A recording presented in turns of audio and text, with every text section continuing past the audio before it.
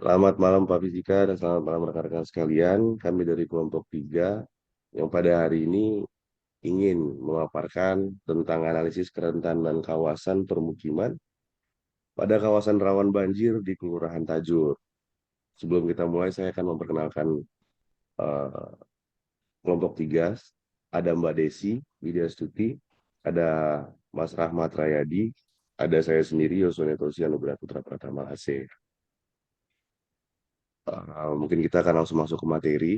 Bisa dibantu dengan rekan saya, Mbak Desi.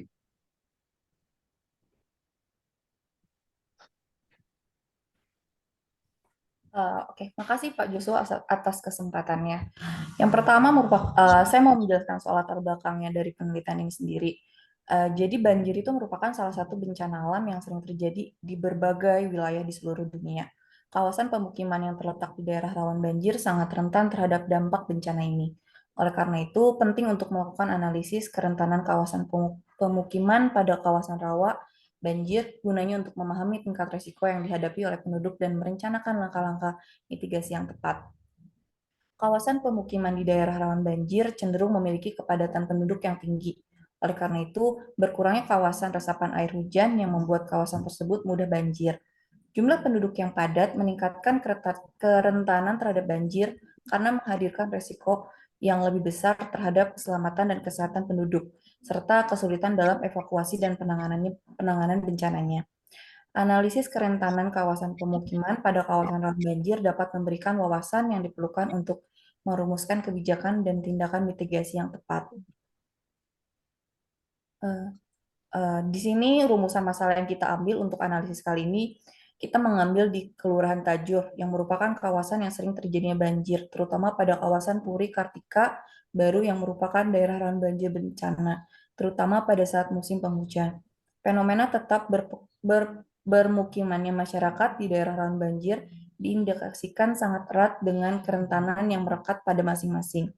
Berdasarkan latar belakang yang telah diuraikan sebelumnya, maka dapat disimpulkan rumusan yang dapat diambil. Seperti yang pertama, ada faktor-faktor kerentanan yang paling mempengaruhi keputusan masyarakat yang berada di bagian kawasan Puri Kartika Baru untuk tetap bermukim atau tidak pada kawasan rawan banjir tersebut, serta kebijakan penanganan pemukiman rawan banjir yang paling efektif dalam mengatasi permasalahan banjir yang ada di bagian kawasan tersebut.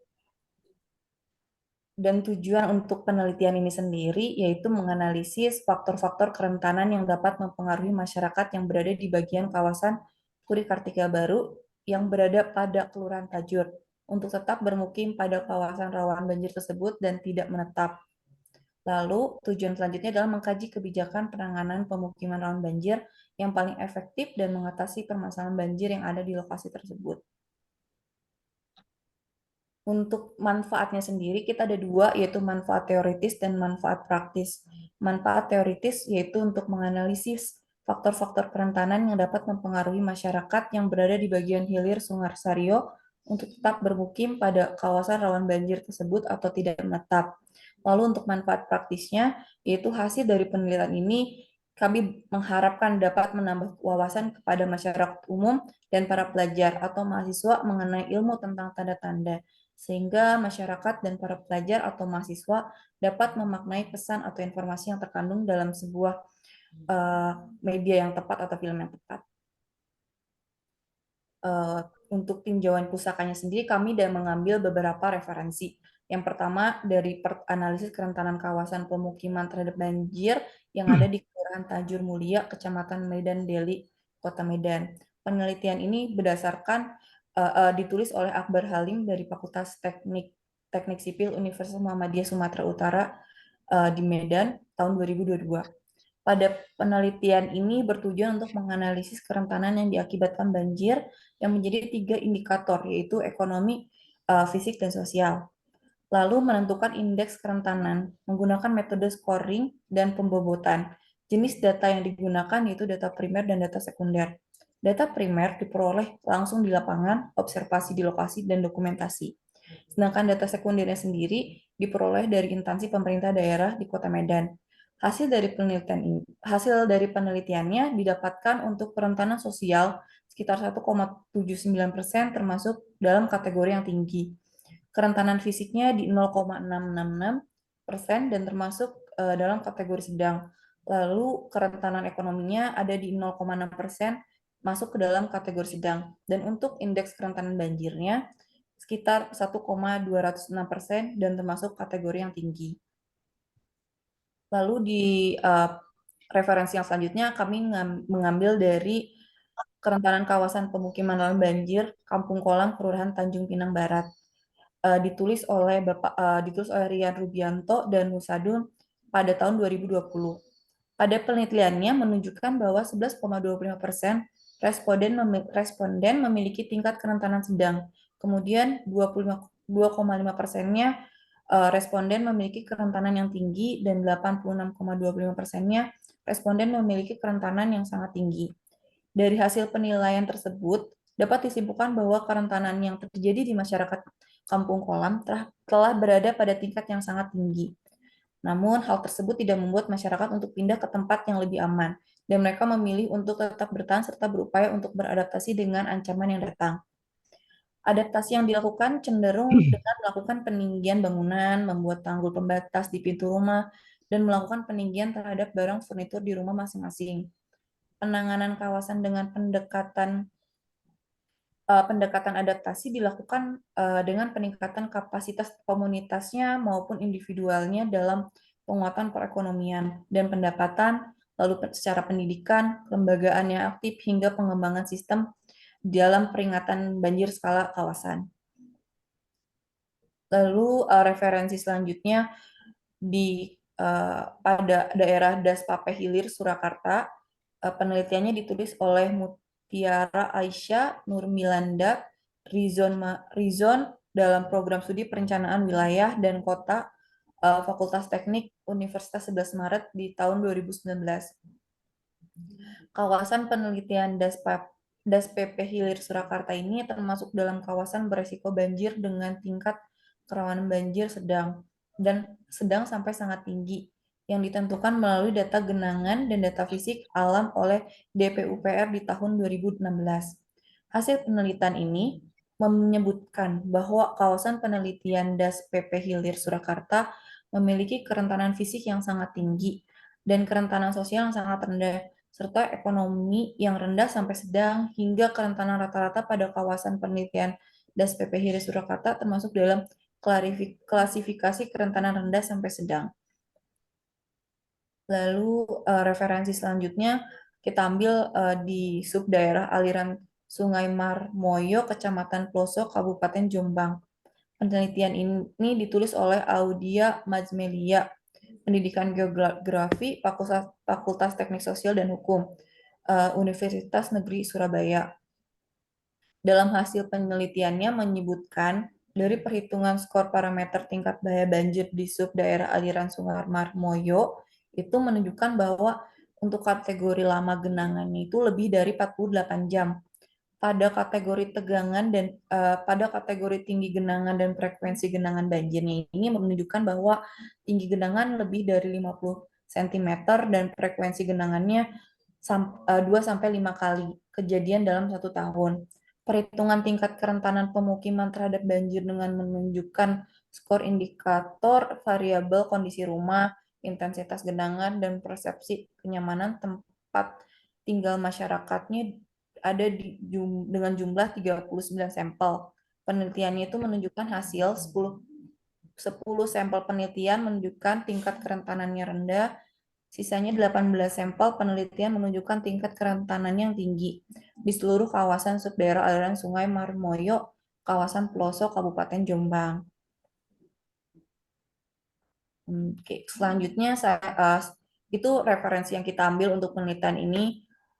Selanjutnya untuk kajian kerentanannya, kerentanan atau vulnerability dapat diartikan sebagai kondisi karakteristik geografis, sosial, ekonomi, politik, budaya, biologis, dan teknologi suatu masyarakat di suatu wilayah untuk jangka waktu tertentu yang dapat mengurangi kemampuan dari masyarakat untuk mencegah, meredam, dan mencapai kesiapan ataupun untuk menanggapi dampak bahaya tertentu. Menurut Kennedy di tahun 1994 dan Wismanir dan Syukur di 2015. Bila suatu bahaya merupakan suatu fenomena dan kondisi yang sulit diubah, maka kerentanan masyarakat relatif dapat diubah. Oleh karena itu, pengurangan resiko bencana dapat dilakukan dengan cara memperkecil kerentanan. Kerentanan itu dapat dikaitkan dengan kemampuan manusia untuk melindungi dirinya dan kemampuan menanggulangi dirinya dari dampak bahaya ataupun bencana alam tanpa bantuan dari luar. Dan itu tuh merupakan pengertian dari Hapsoro dan Bukhari di tahun 2015. Di sini tertera rumus dari untuk menghitung kerentanan itu sendiri dan dipengaruhi oleh kerentanan ancaman banjir, kerentanan ekonomi, kerentanan fisik, dan serta kerentanan lingkungan itu sendiri. Mungkin sekian presentasi dari saya. Mungkin selanjutnya akan dibahas oleh Pak Raya.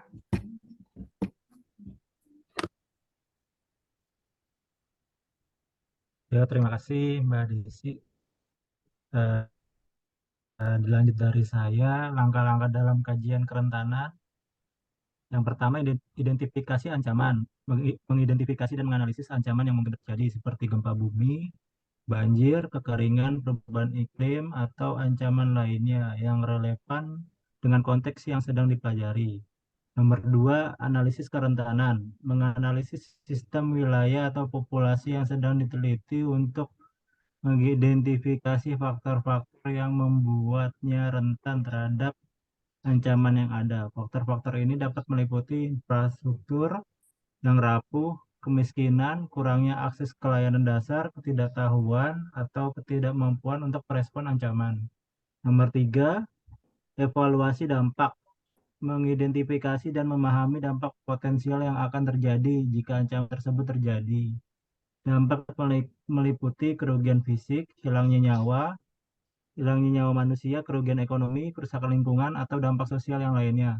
Nomor 4, pengembangan skenario. Mengembangkan kemungkinan ancaman dan dampaknya. Skenario ini dapat membantu dalam merencanakan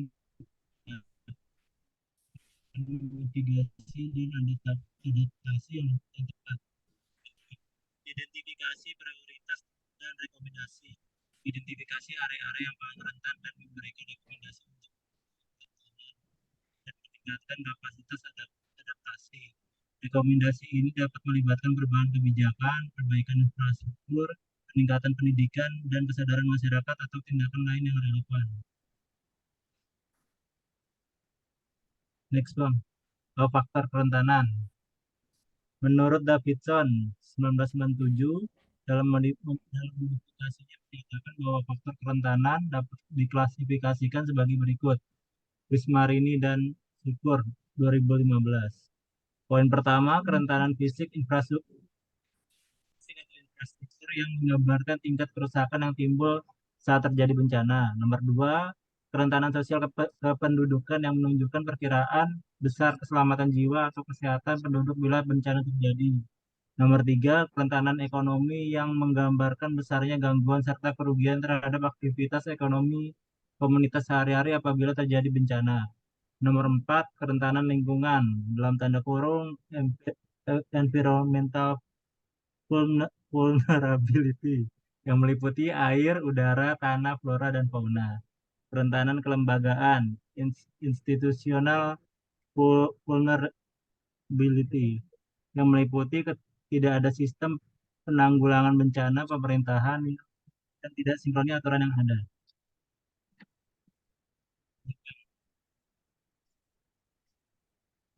Kawasan. Kawasan adalah istilah yang digunakan untuk wilayah atau area. Kawasan dapat merujuk pada berbagai jenis wilayah seperti kawasan perkotaan, industri, kawasan wisata, adalah area dari kota atau daerah yang padat penduduknya dan memiliki beragam fasilitas seperti rumah tinggal, perkantoran, toko, pusat perbelanjaan, sekolah, rumah sakit, dan infrastruktur lainnya. Kawasan perkotaan biasanya memiliki aktivitas sosial dan ekonomi yang sibuk. Kawasan industri adalah area yang ditujukan untuk kegiatan produksi atau manufaktur di kawasan industri. Terdapat pabrik-pabrik, gudang, dan infrastruktur pendukung lainnya. Kawasan pariwisata adalah area yang dikembangkan untuk tujuan pariwisata dan rekreasi. Kawasan ini biasanya memiliki daya tarik alam atau budaya yang menarik bagi wisatawan. Contohnya, termasuk pantai, gunung, taman nasional, tempat bersejarah, atau kota-kota dengan keunikan khusus. Kawasan pedesaan merujuk pada area di luar kawasan perkotaan yang didominasi oleh lahan pertanian atau kegiatan agraris. Kawasan pedesaan seringkali memiliki populasi yang lebih sedikit dan terdiri dari desa-desa, ladang, perkebunan, dan hutan. Selain itu, istilah kawasan juga dapat digunakan untuk merujuk pada wilayah administratif atau politik seperti kawasan provinsi, kawasan kabupaten, atau kawasan negara bagian tergantung pada konteks yang digunakan. Lanjut, Bang. Eh, Dua, bencana. Bencana dalam Undang-Undang Nomor 24 Tahun 2007 tentang penanggulangan bencana memiliki pengertian yaitu peristiwa atau serangkaian peristiwa yang dapat mengancam dan mengganggu kehidupan atau penghidupan masyarakat yang disebabkan baik oleh faktor alam, non-alam maupun faktor manusia, sehingga menimbulkan adanya korban jiwa, kerusakan lingkungan, kerugian harta benda, dan dampak psikologis. Dalam tanda kurung Ferdiansyah 2018. Seperti yang diketahui bahwa secara umum bahaya dapat diklasifikasikan menjadi 4 bagian. Yang pertama, alam natural hazard berupa banjir, gempa, letusan gunung berapi, tsunami, dan lain-lain. Yang kedua, biologi. Dalam tanda kurung biological hazard berupa wabah penyakit dan gangguan pada makhluk hidup. Yang ketiga, teknologi. Dalam tanda kurung technological hazard berupa kecelakaan industri, kecelakaan transportasi, kecelakaan kimia, nuklir, dan lain-lain.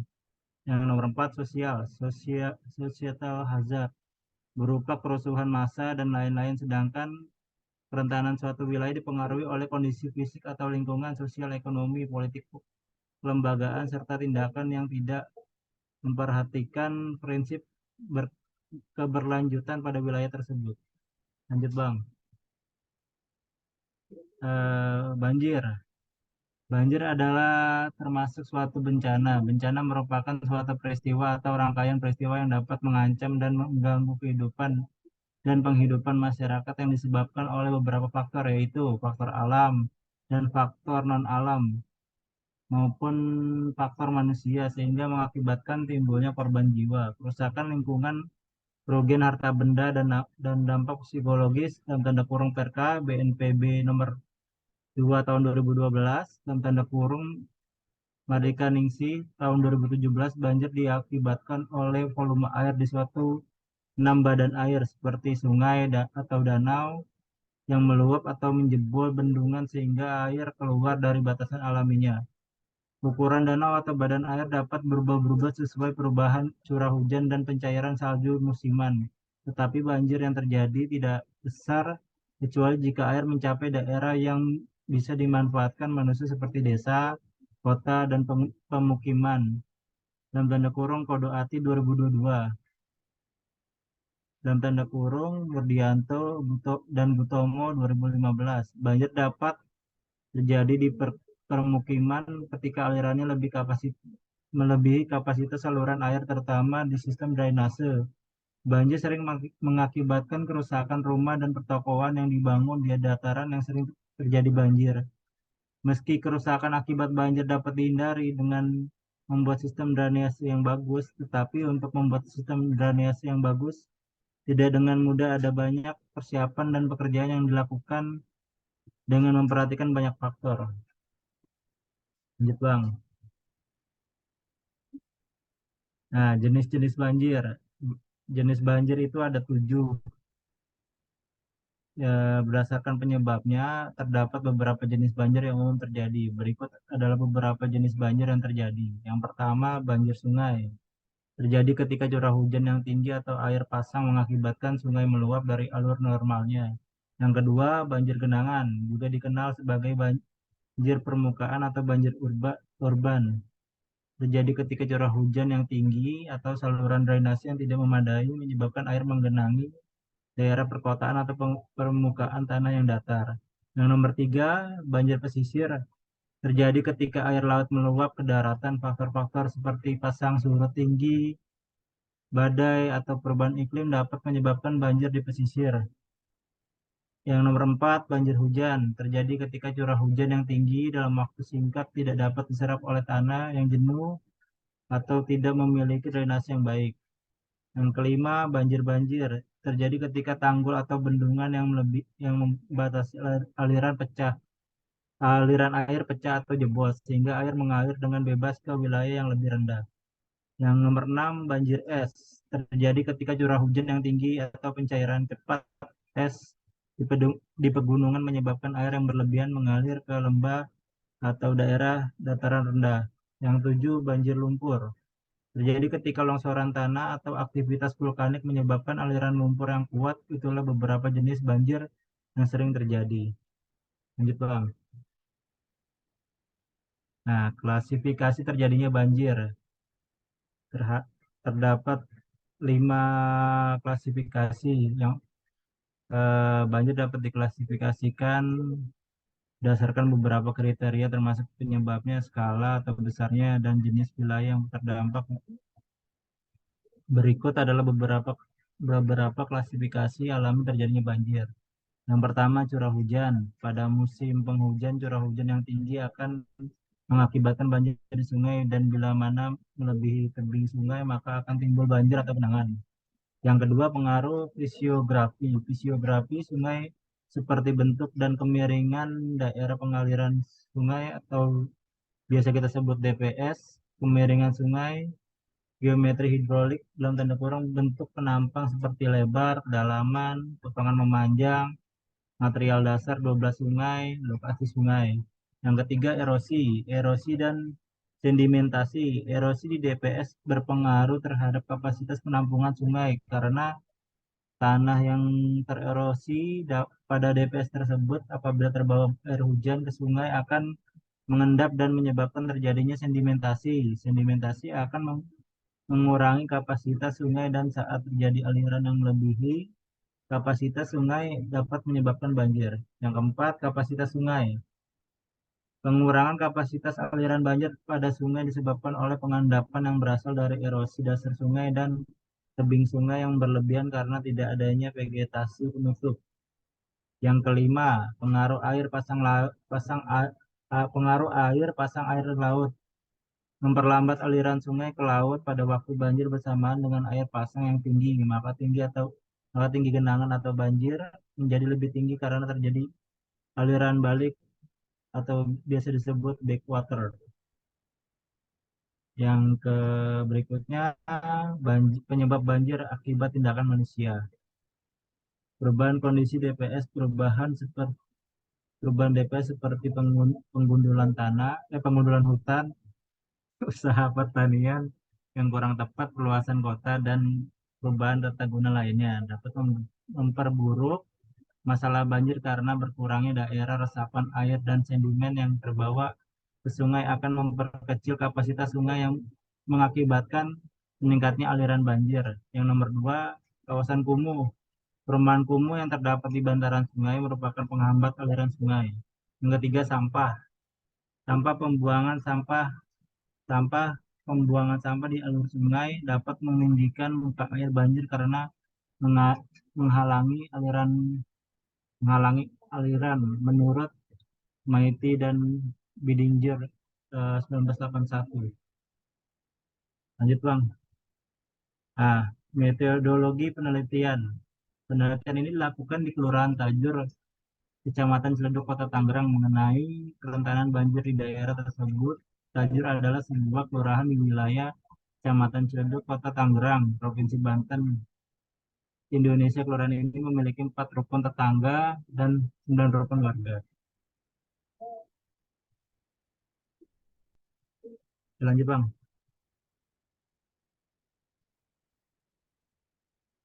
Nah, pendekatan dan penelitian. Berikut adalah pendekatan penelitian untuk menganalisis kerentanan kawasan permukiman pada kawasan rawan banjir di Kelurahan Tajur.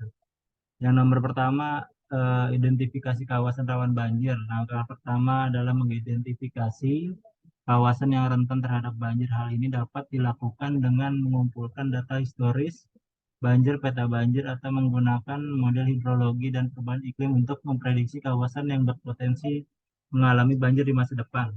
Yang nomor dua, pengumpulan data. Kumpulkan data tentang kawasan permukiman yang akan diteliti. Ini termasuk data demografi penduduk, infrastruktur fisik, seperti rumah, jalan, dan fasilitas umum, serta karakteristik sosial ekonomi masyarakat di kawasan tersebut. Selain itu, peroleh data tentang tinggi muka air maksimum selama banjir sebelumnya, durasi banjir, dan kerugian yang ditimbulkan. Yang nomor tiga, analisis vulnerabilitas fisik. Evaluasi kerentanan fisik melibatkan penilaian terhadap tingkat kerusakan yang mungkin terjadi pada infrastruktur dan properti selama banjir. Analisis ini dapat dilakukan dengan menggunakan teknik pemetaan kerentanan fisik yang mempertimbangkan faktor-faktor seperti jenis bahan bangunan, lokasi, elevasi, dan ketersediaan sistem drainase. Yang nomor empat, analisis vulnerabilitas sosial. Faktor sosial juga perlu dianalisis untuk memahami kerentanan masyarakat terhadap banjir. Hal ini meliputi faktor seperti tingkat pendidikan, tingkat penghasilan, akses ke layanan kesehatan, dan kapasitas adaptasi masyarakat terhadap risiko banjir. Data sosial ekonomi dapat diperoleh melalui survei, wawancara, atau data statistik yang tersedia. Yang nomor lima, evaluasi kapasitas adaptasi, tinjauan kemampuan dan sumber daya yang tersedia bagi masyarakat dalam menghadapi banjir. Evaluasi ini melibatkan penilaian terhadap kapasitas mitigasi, perencanaan bencana, sistem peringatan dini, serta kebijakan dan program pemerintah yang ada, identifikasi kekurangan dan peluang untuk meningkatkan kapasitas adaptasi juga penting. Yang nomor 6, analisis integratif dan pembuatan indeks kerentanan. Mengintegrasikan hasil analisis kerentanan fisik dan sosial untuk memperoleh pemahaman yang komprehensif tentang tingkat kerentanan kawasan pemukiman terhadap banjir. Pembuatan indeks kerentanan dapat membantu dalam mengklasifikasikan kawasan permukiman berdasarkan tingkat kerentanan relatifnya yang dapat digunakan sebagai dasar untuk mengidentifikasi prioritas tindakan penanggulangan banjir. Yang nomor 7, penentuan tindakan penanggulangan. Berdasarkan hasil penelitian dan analisis identifikasi dan evaluasi tindakan penanggulangan banjir yang dapat diambil ini dapat meliputi perbaikan infrastruktur, perubahan kebijakan, peningkatan kesadaran masyarakat, atau pengembangan rencana. Lanjut, Bang. Jumlah sampel yang digunakan. Teori sampel dan sampling penelitian menurut Ari Kunto tahun 2010 dalam tanda titik 2 134 sampai dengan 185, yaitu sampel adalah sebagian atau wakil populasi yang diteliti berdasarkan pengertian di atas. Dapat disimpulkan sampel adalah bagian populasi yang hendak diteliti dan mewakili karakteristik populasi. Apabila populasi penelitian berjumlah kurang dari 100, maka sampel yang diambil adalah semuanya. Namun apabila populasi penelitian berjumlah lebih dari 100, maka sampel dapat diambil antara 10 hingga 15% atau 20 hingga 25% atau lebih. Baik, terima kasih Mas Rahmat Rayadi. Mungkin akan saya lanjutkan. Kemudian selanjutnya itu ada pendekatan penelitian. Jadi metode pengumpulan sampel dalam penelitian ini kita menggunakan metode purposive sampling, dan purposive sampling itu adalah merupakan teknik sampling secara non probabilitas, teknik pengambilan sampel yang ditemukan atau ditentukan sendiri oleh peneliti atau menurut pertimbangan pakar. Menurut Sugiono tahun 2021 menyatakan bahwa sampling purposif adalah teknik penentuan sampel dengan pertimbangan tertentu. Menurut Margono, pemilihan sekelompok subjek dalam purposive sampling didasarkan atas ciri-ciri tertentu yang dipandang mempunyai sangkut paut yang erat dengan ciri-ciri populasi yang sudah diketahui sebelumnya. Dengan kata lain, Unit sampel yang dihubungi disesuaikan dengan kriteria-kriteria tertentu yang diterapkan berdasarkan tujuan penelitian. Tahapan pengambilan sampel di wilayah permukiman bagian aliran Sungai Angke, Kelurahan Tajur adalah sebagai berikut. Menetapkan jumlah sampel. Diambil 25% dari total populasi rumah di kawasan rawan banjir bagian hilir Sungai Sario. Maka jumlah sampelnya yang didapat adalah berjumlah 50 sampel. Selanjutnya, sampel ini diedarkan pada kedua kelurahan yang menjadi objek penelitian, di mana tidak ada pembagian secara proporsional jumlah sampel untuk masing-masing kelurahan tersebut. Karena dianggap semua unit sampel yang ditemui di lokasi penelitian mempunyai ciri-ciri yang sesuai dengan kriteria yang ditetapkan berdasarkan tujuan penelitian, yaitu masyarakat yang terkena dampak dari banjir di bagian hilir Sungai Angke. Teori sampel dan sampling penelitian menurut Ari Kunto. Sampel adalah sebagian atau wakil populasi yang diteliti. Berdasarkan pengertian di atas, dapat disimpulkan sampel adalah bagian populasi yang hendak diteliti dan mewakili karakteristik populasi. Apabila populasi penelitian berjumlah kurang dari 100, maka sampel yang diambil adalah semuanya. Namun apabila populasi penelitian berjumlah lebih dari 100, maka sampel dapat diambil antara 10 sampai dengan 15 atau 20 sampai dengan 25%, atau mungkin bisa lebih. Kemudian metode pengumpulan sampel. Metode pengumpulan sampel dalam penelitian ini adalah dengan menggunakan, diulang lagi, teknik pengumpulan data. Dalam data merupakan sejumlah informasi yang dapat memberikan gambaran tentang suatu keadaan. Dikelompokkan berdasarkan homogenitas data menurut Prakarsa tahun 2006. Pengumpulan data adalah prosedur sistematis dan standar untuk memperoleh data yang diperlukan menurut Nasir. Ada dua teknik pengumpulan data yang digunakan dalam penelitian ini. Teknik pengumpulan data primer dan teknik pengumpulan data sekunder.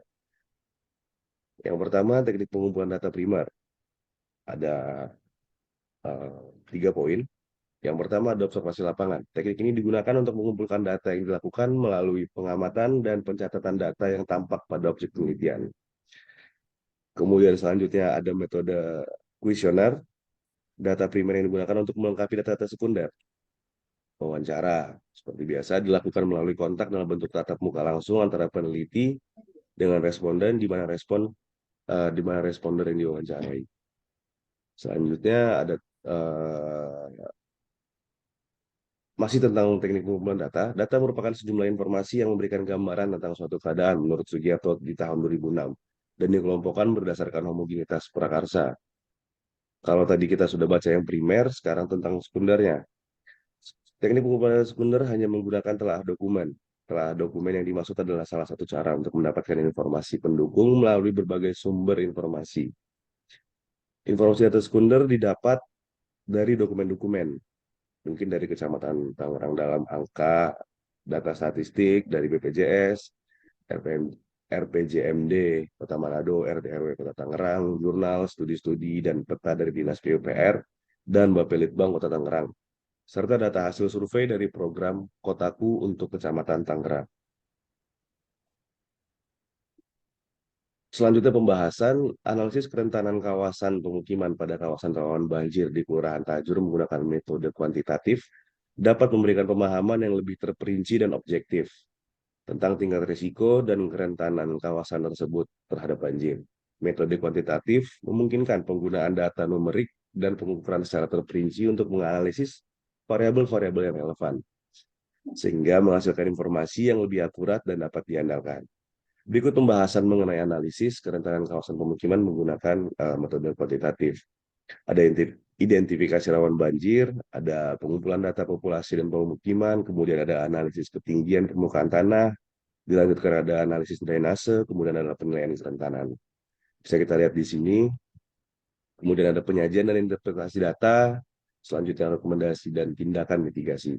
Melalui metode kuantitatif ini dapat dihasilkan pemahaman yang lebih terperinci dan objektif tentang kerentanan kawasan pemukiman di Kelurahan Tajur terhadap banjir. Analisis ini dapat menjadi landasan bagi pemerintah atau lembaga terkait dalam mengambil kebijakan dan mengimplementasikan tindakan mitigasi yang diperlukan untuk mengurangi risiko banjir di kawasan tersebut. Terima kasih. Mungkin sekian paparan dari kelompok 3. Jika ada yang ingin ditambahkan dari Mbak Desi atau Mas Rahmat. Cukup. Cukup, Mas Rahmat. Mbak Desi, cukup juga ya. Baik, kami rasa kami cukupkan sampai di sini. Kurang dan lebihnya kami mohon maaf. Selamat malam saat kami nge-record Zoom ini. Assalamualaikum warahmatullahi wabarakatuh. Shalom, Om Swastiastu, salam kebajikan, namo buddhaya.